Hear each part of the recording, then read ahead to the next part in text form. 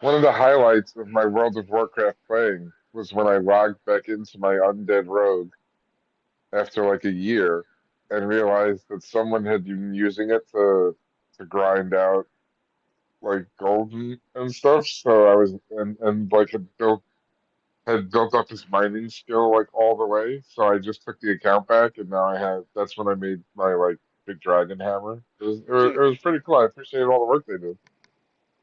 So I wasn't playing because they did all like the not fun stuff. It was kind of cool.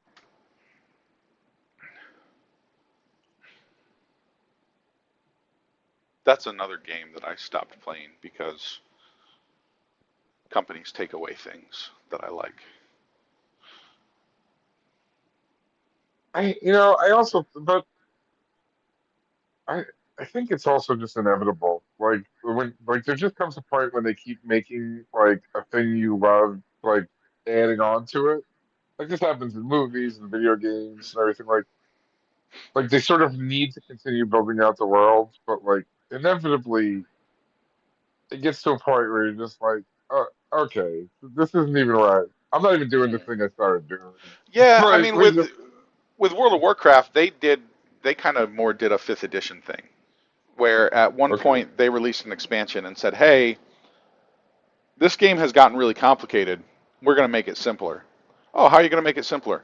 We're going to drastically reduce your skill tree options. Okay, I'm out. Yeah, that feels like not knowing your audience to me, but maybe that's because I talk to you about the game mostly. Yeah, I mean they drove people away. It certainly wasn't like it wasn't a massive number of people. I don't know that they genuinely made up with it with new subscribers at that point. Um, but they may have. I don't like, we've talked about the D&D experience with it. I was a 3.5 guy. I guess I still am a 3.5 guy, although 5th edition I've warmed towards it substantially. Um, You're like welcome. I don't know if I'm sorry, maybe. Um, um, but it's just, it comes to a certain point. Like we have this really well balanced, tailored, complex system that a lot of people love. Some of those people are dying. Some of them are, just leaving the game because they're like they have to go real adult. Yeah, yeah, I You hate have to that. do something to be able to draw new people in, and you know when you're trying to introduce a new something radically new to a person, like it's if you already play one role playing system, and someone is trying to introduce you to a new role playing system, that's a different experience because like you have kind of this base of knowledge where like okay, I already understand math. You're teaching me a new math. That's not that hard.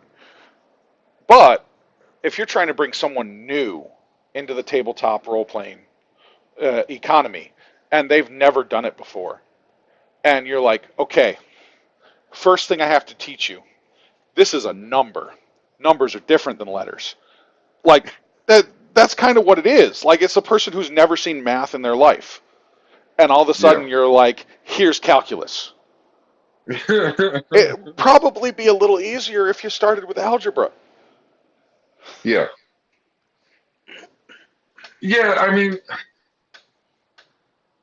I wish the hobby was better at like I wish you could go to D&D Beyond and like actually switch between like 3.5, 5.0, and then whatever this new thing they're pumping out now is going to be. Like I wish that was an option.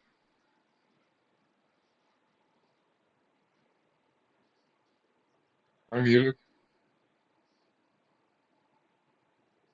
I mean, I get why it's not. Like, why are you going to spend all the effort and money to go and back code a system that you're not really supporting anymore? yeah, but then you can sell all the digital copies of the 3.5 books. You'd still have to Maybe. buy the. It's a whole new like. Yeah, but how many people would want to? I think that. I'm. I'm. Here's the question. I think enough people to make it profitable. Okay. And that's certainly possible. Like I get it. I just also Yeah, understand I why don't they know might have. either. Like, here's the thing: if they didn't have that conversation internally, then I condemn them. If they had that conversation and decided it wasn't worth it, then I I get it. get it. Yeah, yeah, that's fair. I think Um, they got like clearly they got lucky because of things like Critical Role, right? Like that really kind of helped the hobby sort of explode. Now, I don't think clearly their plan with 5e was to make the game simpler and push people more forcefully towards backstory and sort of role playing. yeah, yeah, I would performative say role playing more than combat simulator. yes, and and that is a change. That is a major change. Like my understanding of the very early system was like almost pure combat simulator, and it's been sort of like wavering along the way. Like, Yeah, and then it's there was certainly like a if you were to draw it as like a proportional curve, um, yeah, it's been trending more and more towards role play. Not only that direction, like it's wiggled back and forth a little bit, but the clear trend has been towards reduced combat simulator, increased role play. yeah. And I think to an extent that makes sense because there is something, as far as it being a pure combat simulator, it sort of defies logic a lot of the time, right? So it's like I ran up and hit the guy with a long sword. He doesn't die. Mm. You know, Well, it's you got to like I mean, you got to buy into the fantasy first. That's step one. Either way you play the system. I know, but that's why like like it's sort of it's a little the setting becomes a little inconsistent with like the quote unquote realistic combat simulator. Hmm. It's not a real problem. It's just sort of it's why all of these options sort of I think are cool because you sort of should be allowed to decide like where you want to hang on that spectrum. You know what Yeah. I mean? It's like I have no problem with there being like, and that's part of I think my frustration with them not having tried the 3.5 thing on like D&D Beyond because like I want my friends to have that option. And yes, we're in our 40s, but like I think one of the cool developments of the explosion of the thing and the Critical Role and all that is like we're allowed to play D&D now. Like just no one like it's not weird. I tell people I play D&D, they don't look at me like I'm crazy. They might look at me a little like I'm a dork, but that's fine. Because we're dorks. Yeah, that's like You you should my be one too. yeah. I mean, my name on Twitter is Dork Love Sports. Like that's it's I dig transparency. You know, like Yeah, it's. I mean, I get everything they did. We've talked about it so many times. Not here in this forum, but amongst each other. I was very angry with fifth edition when it first came out. Um, I had a lot of investment in 3.5, and I love choices. I'm a choices guy. For any of you that this means anything to, my favorite role playing system of all time is Champions. It's a game where you build your superhero using a point system, and there effectively are no limitations on what you can do. It takes hours to build a starting character, hours, and complicated math. That's me. My second favorite role playing system of all time is Rollmaster. That's old school.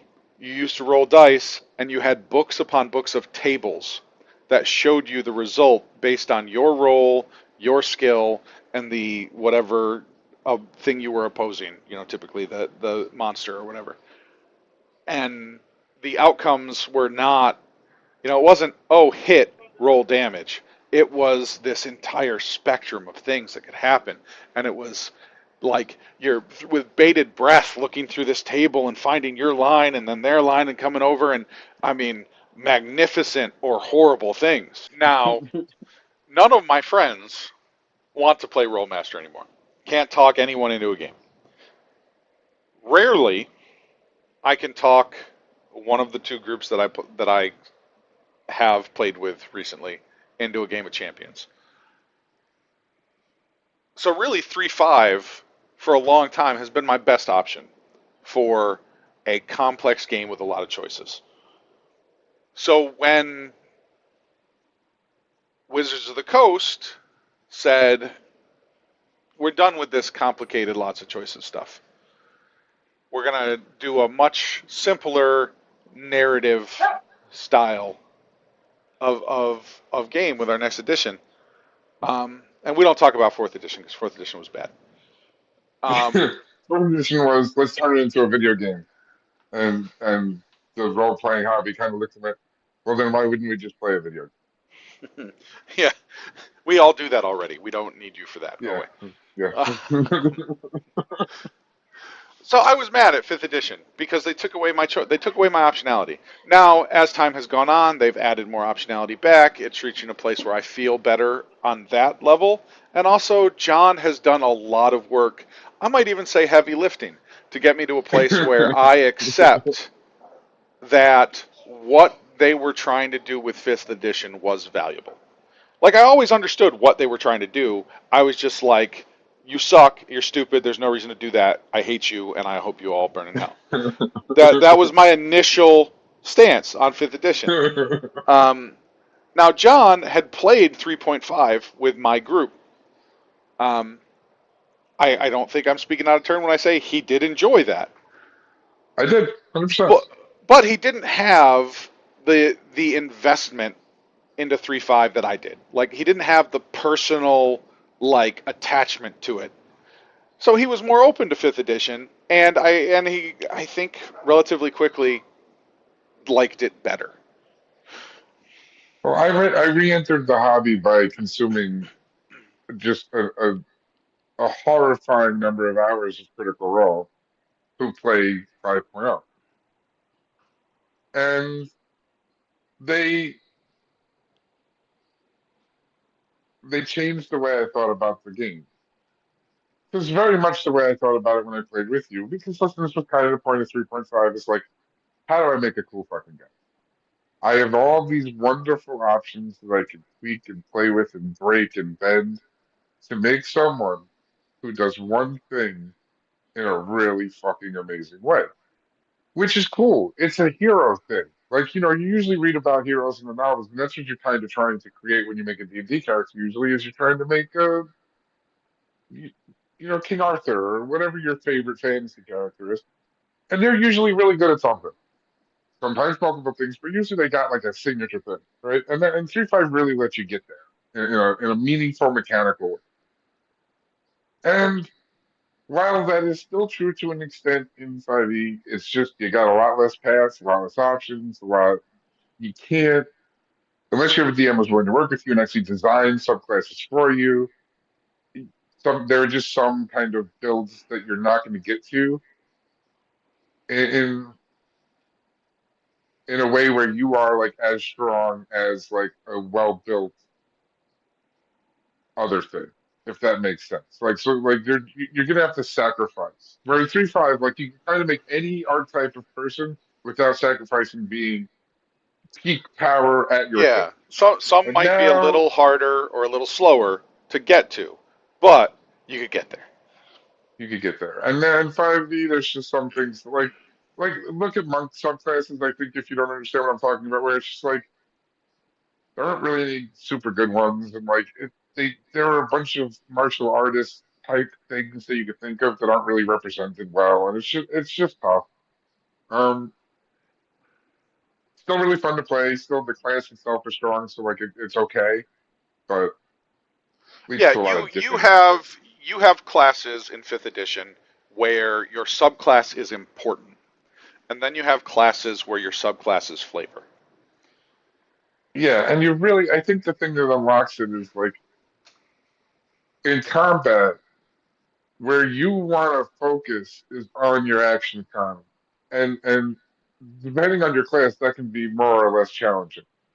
And what I mean is like ideally, you want to at least have a bonus action and an action that you can do every round of combat. Like And ideally, you want to have a reaction too, that you are going to fairly, at least fairly reasonably often get to go off, use that reaction. So, and That and and that's I what think unlocks combat in fifth edition. To be clear, yeah, because John yes, didn't say that word. Like you can enjoy the role playing aspects of fifth edition, which are very rewarding and fleshed out to a certain extent, even more so than 3.5.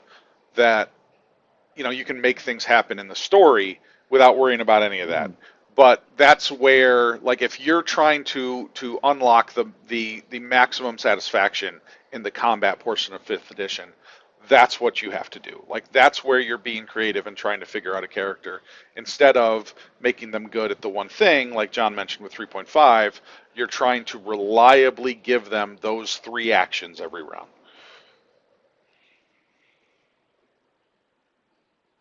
and there's usually a way to get there. It's not the reaction's the hardest, but it's you can usually at least get the bonus reaction pretty reliably with every character class. You got to sort of build to the reaction, like if you want it to be, Yeah, it depends. um, Some things like yeah. uh, my dwarf in your campaign with the Rune Knight subclass, I I have a reaction more reliably than I have a bonus action. Um, and it wasn't something that I Yeah, built towards. It was just the way things worked out. Um, yeah. Just take telekinesis feats so you have a reliable shove bonus action. There are options like that. Like that's the thing. That's why you can kind of get it. Like as long as you're playing with feats, which, there's if usually a you're way to take not, bonuses. you're playing D&D wrong and don't listen to our podcast anymore. Yeah, I would be tough for me to take, honestly. I mean, and I'm the like streamlined guy. Like I'm the one that did the heavy lifting previously mentioned in this conversation to push towards like the value of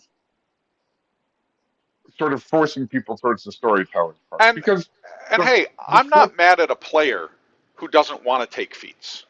I'm mad at a yeah, group who says you are not allowed to take right. feats. Like this is the way we play the That's a game. good way. I'm just Yeah. choosing. We're like we as a group are choosing to have less choices. I'm like I just don't play then. Like why the least choices you can have is zero. So why not just choose that? Sorry I interrupted you. No, I think what Kyle said. No, I'm not. What I'm saying is, me and you are not compatible players if your approach to the game is that. Like, and you don't have to play D&D with everybody. No, There I'm are a saying bunch you should of stop styles. playing. I'm saying you Yes, should go back to That's your why it's easy cubicle for. and fill out your spreadsheets, you drone. Let me I be want to mean to point out. someone. Well, I want to point out that I started to say, I think what Kyle's saying, stop myself from back and I said what I'm saying because I didn't want to take it from Kyle. But yes, let me point out once again clearly, Kyle's being mean, and I also believe Kyle's allowed to be mean.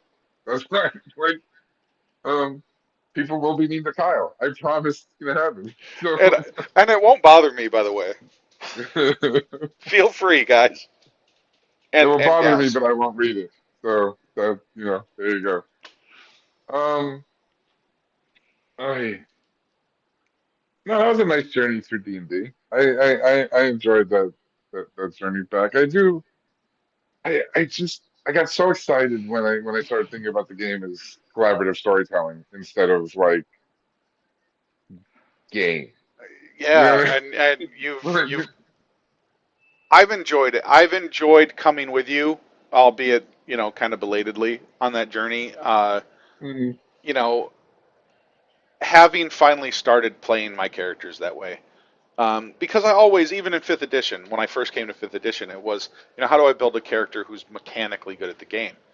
Um, and with my most recent characters, and John already knows this. I'm not telling him anything new, but I've decided to just live the characters, like my not the character I'm currently playing, but my previous character, who I'm not playing because he died, but because he made a character choice to leave the party, which has never happened to me in uh, 30 years of D&D.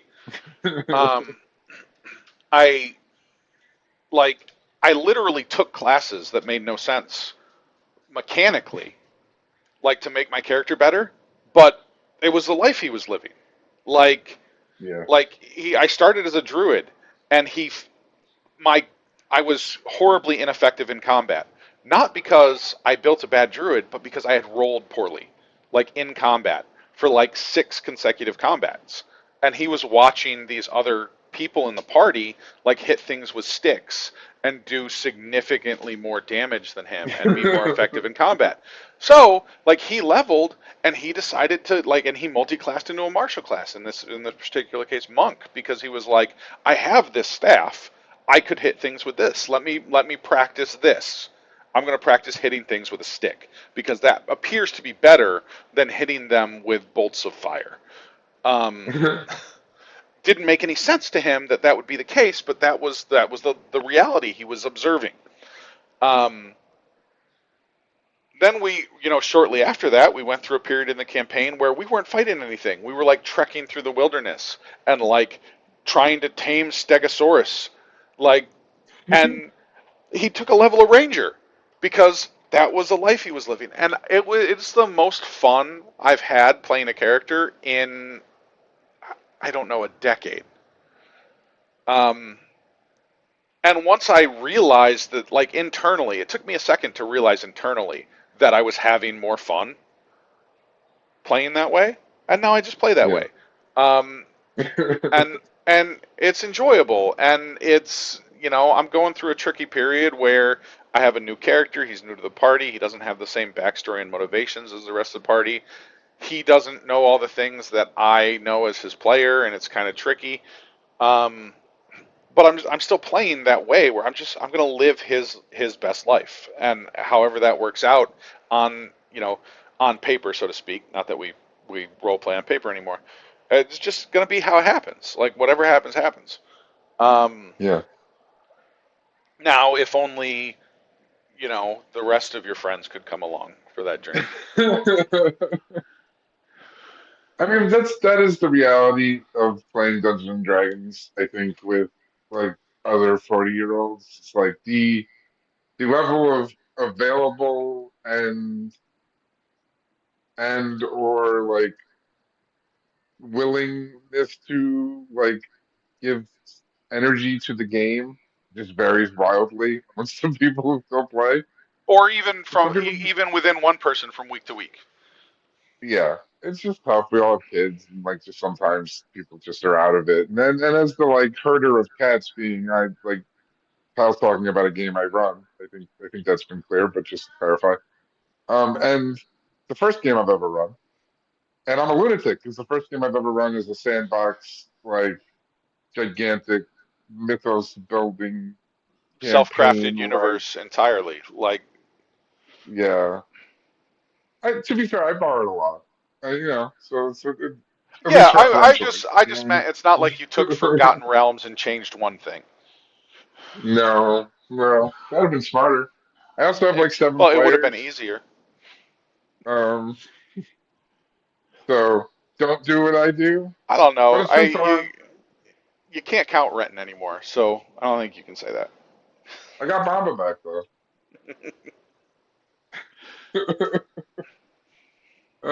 Okay, so six. There you go. So I started with seven, and then I was down to I basically hovered around six, but not all the same people. And we have a hard time getting games together. And we play and then we switch every other time with another campaign, which Which we shouldn't. yeah, none of them listen to the show anyway, so it's fine. I no, I just I'm not even gonna say anything about that other campaign. It's just when I think if you were in a group that absolutely went off every week and you wanted to alternate between two campaigns, like I kind of get it. Just to free up time, like it gives each DM 2 weeks to build their Yeah. next week. And that was Then, initially what it was when we started alternating, is me and Akshay were pretty available. And mhm. so But went off. now we get to the point where it's just not like I mean the game's not a reliable game. Like Yeah, it's just yeah. It's I think we're it is a probably question hovering every around week. like 2.7 times every 4 weeks. Like, we're somewhere between 2 and 3, probably closer to 3 out of every 4 weeks we play, but it's so hard, and so much time passes between sessions sometimes, and it's you And we our spend sessions the are only like first. 2 hours long, Yeah, they're so 2 hours really fun. long, and we spend the first half hour getting back into the story and our characters. And it is certainly not made better by the fact that I have built a very complex world with Yeah, just a bunch socio-political of different climates, cultures and and I'm it's like, very um, it's very complex, and for the most part, people are not retaining all of the complexity. Uh, some because they weren't here at the start, and some because they either don't have the bandwidth or the intentionality to do so. yeah, and it is compounded by the previously mentioned irregular schedule and like going sometimes 6 weeks between sessions. So Hmm. I understand why it's not front of mind for people. I wish it was. I'm not saying they're not capable of it being, but I understand. But I still love it. I love building that world with my friends. So at the end of the day, you know, it's not bad D&D. It's just not. It is. It's not bad D&D by any measure. It's just it is. It's not. It has not reached its potential. Is There are the I think the there part are a that frustrates me. number there are a number of categories in which it has not reached optimal Yeah. performance, and a part of that is that I may be the only player who's fully bought into the fact that it's collaborative storytelling. Yeah, I Like literally still have even to argue with people sometimes when I'm like, you have choices, and they're like, no, what do you want? uh, I mean, yeah. just as an example, on our last session, we had a choice of where to go, what to do. Like we have a big picture thing. We're helping, you know, the god of order combat the god of chaos. Our motives for doing that are different uh, within the group. However, we had options as to what we were going to choose to do to go, to further that battle. I know for a fact we chose to do something that John was in no way prepared for. Like he had not considered us making that choice. No, I mean he has some preparation because he is character obsessed. So there are characters standing in the void off the map, like all over the place. I know this. Like it has to be. It's like, oh, this character is someday they'll be this land, and this character will work there great. But like that land doesn't even exist yet. That character is just standing over there with a couple other characters, and they're like, one day we're going to be a kingdom, maybe, or maybe a pirate ship, or maybe a space station. Who knows? Uh, but it was that sort of situation. Like there was no reason really for us to choose what we chose, but we did. Um, There and were some reasons. It was sort of like the least motivated of all the options you yeah, guys had that were reasonable. yeah. I mean, the reason to choose it was because it was the least explored option. Like it was the least Yeah. fleshed out option. It was the most mysterious. Like there was one little thing. We had one little piece of lore that pointed us out there. Um, and everything else we had like previous allies already there working on things, or these large chunks of lore that we could have explored, and we were like, nah, we're gonna follow that one little speck of breadcrumb right there. We're gonna do that's the one. That's the one we want to do. And still, one of the players was like, "Yeah, we don't have any choices." And I was like, "Are you kidding me?" I didn't say anything because I don't want to hurt anyone's feelings. Um, no, that's not true. Let me be honest with you, our listener. I very much would like to hurt people's feelings, but they're more John's friends than mine, and I don't feel that I have the right to hurt their feelings. Now, if it was my other role playing group, which I have abandoned, uh, largely due to time constraints and choices that they've made as far as what they want to do. I would have no. I would have definitely hurt people's feelings because they're my friends, and they've chosen that. They've chosen the life of being Kyle's friend, and that sometimes comes with hurt feelings. So, if any of you are jonesing for a very immersive, story-driven D&D campaign and are free on, say, I don't know, Thursday nights, Eastern Standard Time, around 8:30 p.m. Eastern Standard Time, and you want to really dedicate yourself to, collaboratively building a world and telling a great story, and can reliably show up. I think I could probably talk John into starting a new group instead of the one that doesn't want to do those things. I just want to say, if you heard that and you're Johnson to apply, contact Kyle. I trust his judgment. I'm at Dork Club Ah, Sports on Twitter. boo, cheater. No, he's not. I already said that to me. If you were listening, you know he lied. Yeah, but I can All right. cut things Well, so that those two clips aren't together. boo.